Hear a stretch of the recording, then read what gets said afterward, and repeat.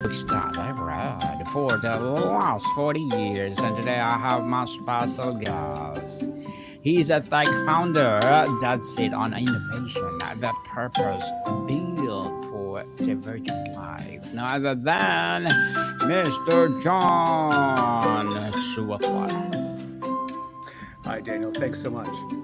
Welcome, Mr. John. I'm Book 101 Reviewing. Can you please introduce more about yourself that I miss? Sure, of course. Well, first, thank you so much for having me. I am Jon Zweifler, founder of Read AI and dad to an awesome, smart as hell, verbally challenged, autistic 11-year-old who was really the spark for everything that we're building. Now, I've always worked with what I like to call an outlaw mentality, studying the rules of a system, then rewriting the ones that really never made sense. And that's why I love the book Breakfast of Champions by Kurt Mm-hmm. Vonnegut. Vonnegut really sort of shows all of us how bizarre society looks from the outside. And for most neurodivergent kids, that feeling isn't satire, it's their daily reality. So, Read AI is my answer to that disconnect, an adaptive, natural language learning layer that turns everyday moments into meaningful learning for kids who simply experience the world differently than you and I may. We're building AI for, like you said, divergent life, tech that actually fits the humans it serves. So, Breakfast of Champions really sort of gave me permission to think differently before I knew I was looking for permission. And what speaks to me the most about is how Vonnegut treats systems, labels, sort of the way things are done as these optional constructs, not sacred truths. So that outlook sort of quietly reinforces an outlaw mentality in the best sense. It's the rules that don't serve people, you're allowed to question them. If a system produces absurd outcomes, you're allowed to redesign it. So for Mm-hmm. me, the book really reframes progress as something that doesn't require consensus or polish to begin. You don't need to wait for institutions to catch up before acting. You need to build something useful today, even if imperfect, even if it doesn't necessarily fit into an existing category, to make everyone feel comfortable. So in my work, family, life, I'm not here to defend conventions. I'm here to test whether they're still worth keeping. And Vonnegut reminds us and me that meaningful change often starts at the margins with people willing to look at a little, look a little unreasonable in that pursuit of something that's more humane or creates value in a new way. Said another way, sometimes progress relies or requires an outlaw mindset, not to burn things down, but to build what should have existed all along. Yes, and thank you so much for sharing your knowledge and wisdom to the world, Mr. Jonathan, Mr. John. Thank you. As you said, let's talk about AI for divergent life. Mhm. The core philosophy, how do define divergent life, and what is the fundamental design principle that separate an AI built for divergence from AI built to simply normalize or manage it? Sure. So when you look at the AI that we use every day now, the GPTs and the large language models that we all probably use dozens of times just today, those are incredibly powerful and useful tools if you're fluent in a standardized language and you're literate. If you can't check both of those boxes, those huge, powerful, billion of parameter large language models aren't useful at all.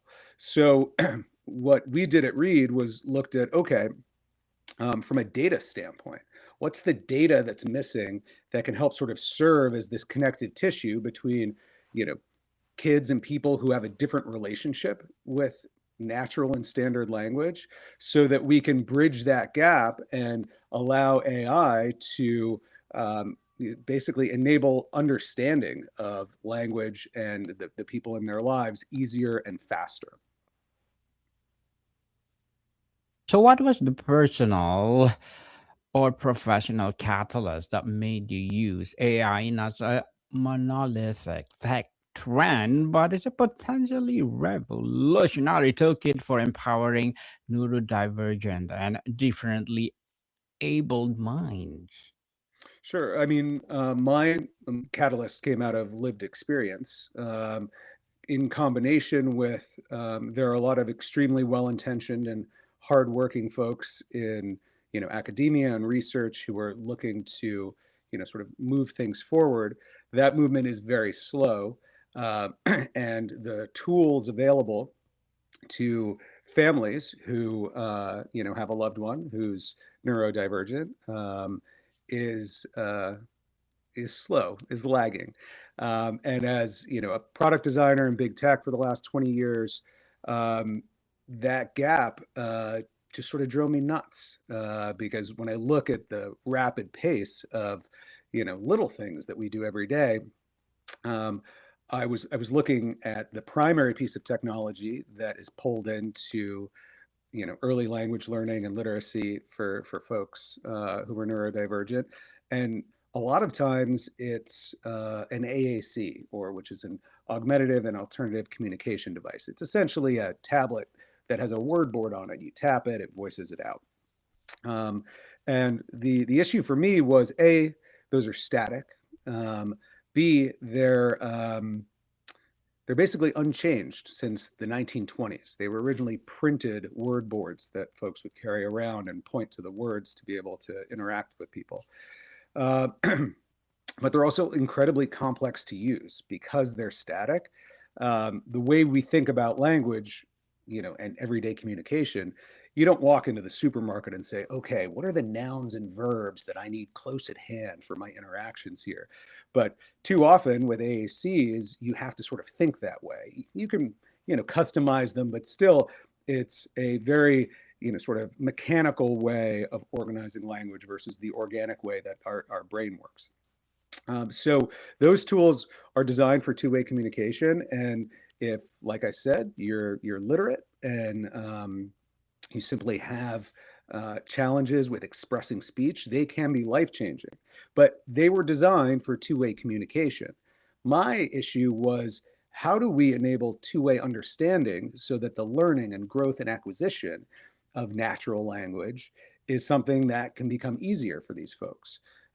So I lived through that in my, personal day-to-day life. And I'm not talking about life-changing things, but, hey, how do we figure out a way for me and my son to master brushing his teeth, or deciding, does he want cream cheese or peanut butter on his bagel, which is a famous use case in our house.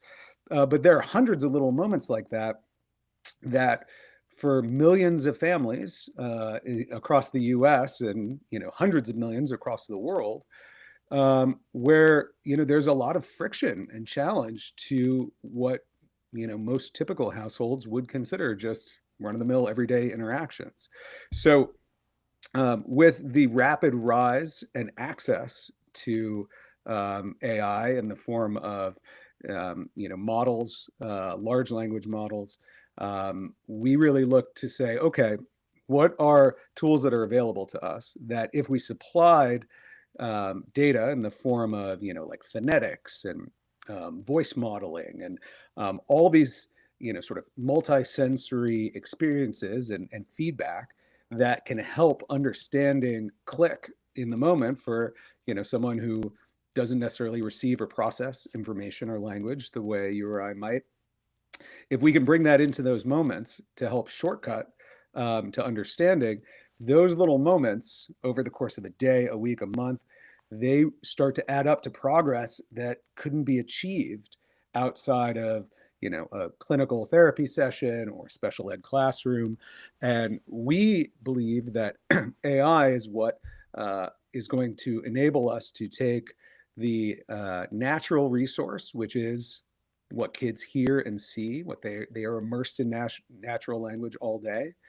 And it is free, it is unlimited, it does not discriminate by geographic location or household income, and turn that resource into something that run-of-the-mill dummy parents like me, who aren't even experts at parenting, let alone speech and language pathology, occupational therapy, all of these things that we entrust these awesome therapists in our lives to, How can we be a part of supporting that growth and extending and expanding the impact that educators and therapists are making in these isolated moments into everyday life at the breakfast table, listening to your favorite song in the car, watching your show together. All of those moments are drenched in natural language that can become reinforcement learning moments. But today, there isn't that bridge, and that is why Read AI exists. Beyond the accommodation, Mr. John, much assertive or assertive tech is about accommodation. How Mhm. can AI shift the paradigm from helping someone cope with the deficit to unlocking a unique cognitive or perpetual advantage? Yeah, so I love this question. Thank you for asking it. I actually believe that, um, to Vonnegut's point, we need to sort of adjust or break the paradigm of how we think about it today. I I believe in accessibility. I think assistive tech is life changing for certain folks, um, and accommodation is a very nice idea, but there's an inherent power imbalance to it. Someone has to make the accommodation.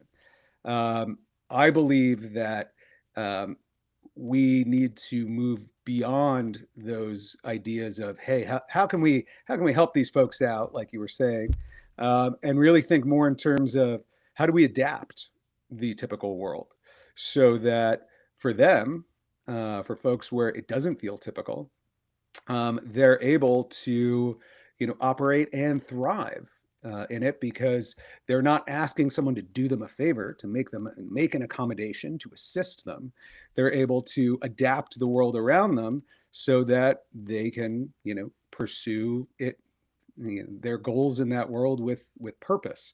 So I my North Star is, my hope is that, 10 years from now, we're not talking about assistive tech. We're not talking about accommodations that are being made. We're talking about adaptive technology that enables comparable experience. So if your brain is wired one way and that's not typical, there's no way currently available to rewire that. And there's ethical questions as to if you want to do that and how you want to do that. And I'm not an expert in that area. But um, what what I do know is uh, the the best intentions of our world are only going to allow so much accommodation. So, for an extreme example, an accommodation that would be perfect for a lot of kids that struggle with expressive speech and recognizing speech and understanding it would be to develop a new language and have the rest of the world use that. That's not a realistic accommodation, and humans have been using some form of the natural language we use today for thousands of years at least. So we need to find a way to adapt our world, in this case, the natural language that people use, so that um, it feels more natural to people that to neurodivergent folks, or just people where it doesn't naturally make sense, and so that they can interact without having to feel like, oh, I need to ask for an accommodation. I need to do this a special way. I mean, even the notion of special education. We believe education should feel special for every learner. That shouldn't be reserved for certain students or certain people. It should feel special, and the only way it can is when it adapts to and meets each kid, divergent or typical, where they are, and scaffolds them on a growth path. So yeah, it's not so much about assistive, not so much about accommodation, as it is about AI that, I mean, intelligence that can enable the typical world to effortlessly adapt to folks that aren't typical.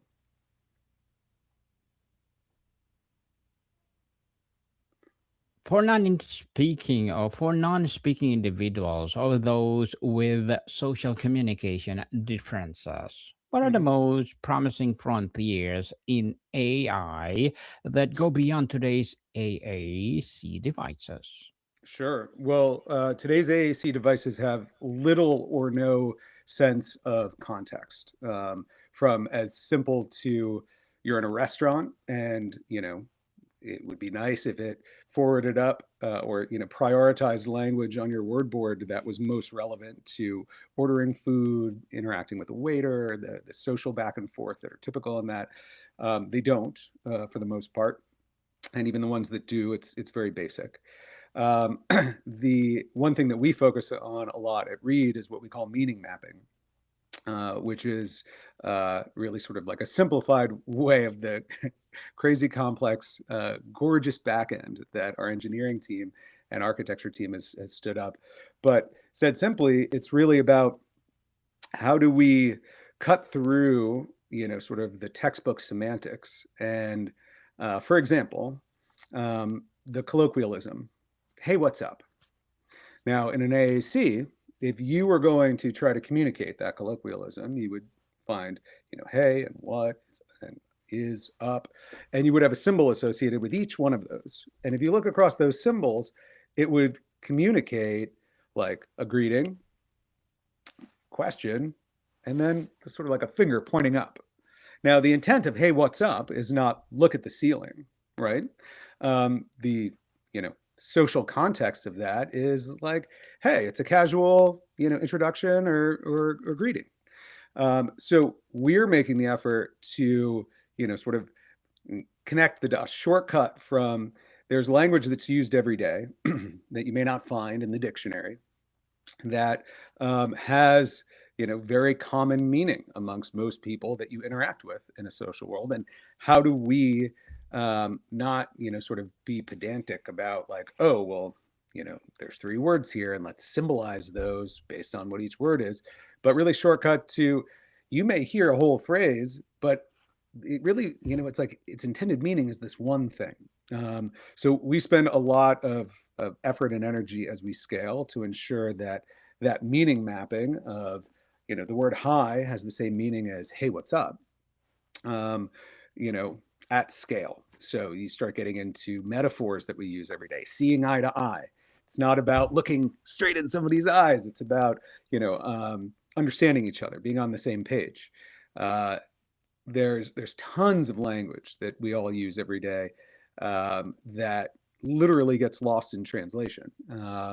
So we spend a lot of time and effort trying to help, capture and surface that so that we're not just, creating a system that shoots back a bunch of interactive word cards that may or may not be what someone was saying, but we really optimize for how do we enable that two-way understanding and help folks understand what is going on in the world around them, and secondarily, learn from and grow their language as they get more confident with it, because it's a little cart before the horse. A lot of times it's how we would learn, which is, considered analytical learning. You learn the word truck and then you learn the word big and you put that together, big truck, and then you learn, big truck goes and it goes fast. And we, typical education, you learn the component parts and those modules and how to put them together. A lot of neurodivergent learners learn at the phrase or sentence level. And when I say learn, I mean they'll associate a specific meaning with a whole string of words. And that's how their brain is able to connect the dots. So yeah, we use and leverage all of the therapy trusted and educator trusted methods when it comes to multisensory interaction and feedback, the use of literacy learning methods like Orton-Gillingham and Dubard's association method. All of those things are a tap away, so that as a kid engages, the right expert tools are there without requiring the expert. But at the end of the day, we want neurodivergent folks to be able to understand and engage in their world, regardless of how someone speaks. So going back to the point before of, asking someone not to use satire, asking someone not to use metaphor or colloquialism, slang, that's not an accommodation that's ever going to happen. So how can we, adapt that language quickly in the moment with AI so that the intended meaning comes across, and you can start breaking out of what becomes too often what I call transactional communication. So like, oh, are you hungry? Yes. Okay. Like communication complete, versus conversation, which is multi-turn. It's social. Um, it's really the foundation for human connection. And when you're not able to facilitate that true ongoing back and forth with, via some form of communication, it blocks off the connection that you can have with those people, whether you're meeting them for the first time or, they're the people who love you the most, who you've known the longest. And that's the ongoing challenge that we'll be laser focused on. Mr. John, as the tech founder, what are your short-term and long-term goals? My short-term goals are to show that we are able to take what is too often considered a charity space. So disabled tech, assistive tech, it's a feel-good investment versus, oh, there's a real business here, and prove out quickly that it's not just commercially viable, but it is a meaningful commercial opportunity. The reason why we are a for-profit venture is I've spent most of my career doing innovation and R&D work at Fortune 500 companies, and innovation costs money, especially if you want to continue to innovate. So we, by design, started out as a for-profit venture because we knew that if we were going to be more than a press release or like, oh, that was a neat tool, whatever happened to that, we were going to need to be more than just commercially viable. We needed to be commercially strong. So near-term goals for us are to meet these needs in this gigantic gap in the marketplace. We're talking about 13.5 million homes that are just read ready, let alone the 32 million homes across the US that are sort of viable for the types of solutions that we provide. And those households spend, more about $5,000 a year on improvising with different solutions, therapies, tools, and that adds up. 32 million homes, about $5,000. That's over $150 billion a year of unmet need. So near-term goal is to reset sort of the mental headspace out in the marketplace about what can the sort of access to consumer grade experiences that deliver, that are worth the money, as well as in the investor space. That this isn't just about social impact. It's just not just about serving underserved consumers in the marketplace. It's a real business with real long-term potential. Long-term, to get out of the businessy and into the aspirational, which is my comfort zone, our long-term goal is to enable true two-way conversational communication between neurotypical folks who are fluent in standard language, so like mom, dad, grandma, your teacher, and folks where that language just doesn't feel natural to them. So when I say two-way conversational, I'm to your point before of the sort of social adaptation. I mean, taking language education beyond, can you master enough of it to transactionally communicate, but can you educate and scaffold people's growth and confidence with a conversation that lasts an hour, where they're not just responding to things, they're driving where the conversation goes. They're understanding those social nuances of like, oh, that was a joke, or I just made a joke, or you were being sarcastic about that, or oh wait, I think I upset you. How you can learn through interaction and get people in a place where it's not that we shift the baseline up from, okay, thank goodness they're able to function in the world. And I'm not knocking that. That's not an insignificant accomplishment. But as a father to a son who does have these challenges, I want more for him in his life. I want the bar to be higher than basic transactional interactions. For him, selfishly for me, I love my boy, but I don't know what his favorite color is. I think I do, but we haven't had a conversation about that. So, yes, long term, I want any parent or person in someone's life where they struggle with natural language to know really early and really easily what their favorite color is. What is the favorite color for sure? And before we wrap up our discussion for today, Mr. John, I'm inviting you to please do listen to my other podcast, people, because my abstract essay is already in sixth season, abstract poetry in third season, and my book 101 review in sixth season too, comedy 101 in third season, and my food 101 in sixth season as well, geography 101, love letters, movie 101 review, music 101 fourth season, science 101, sex 101 third season, and my baby podcast trivia 101, law 101, mental health 101, motivation 101, entrepreneurship 101, and of course Bible verses 101.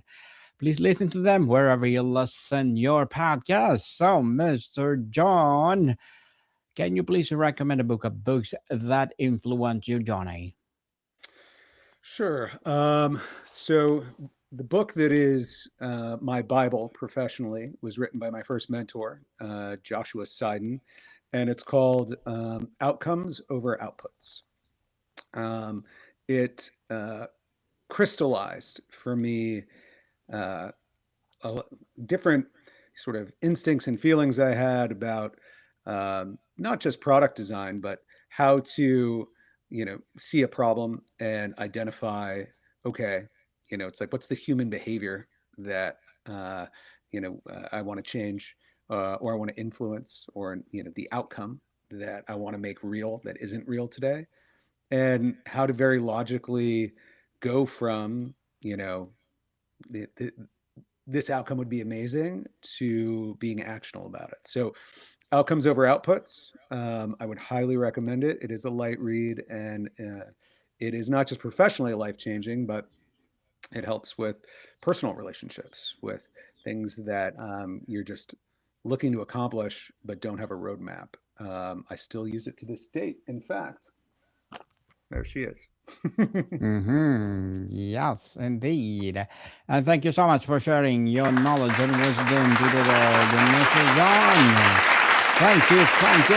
So can you please invite our listeners to support your advocacy, your projects, or anything you want to promote on Book 101? Sure. Thank you. Well, first of all, thank you so much. I will definitely listen to your Thank You 101 podcast. I appreciate you having me on. Our beta community is of early adopters is active and growing. We encourage you to visit join.meetread.ai to learn more and secure your spot. Like I said, there are millions of families. Come join us in helping make this future real together. Future real for sure. And I have a new podcast coming, AI 101. Will you please be my guest? And let's talk about AI, Mr. John. My pleasure. Thank you. You're most welcome. Yes, people, let's support Mr. Jon Zweifler, because if you support him for sure, more and more empowering advocacy like this will rise. So, Mr. Jon, thank you so much for your time. Thank you, Daniel. More to come, people. See you soon.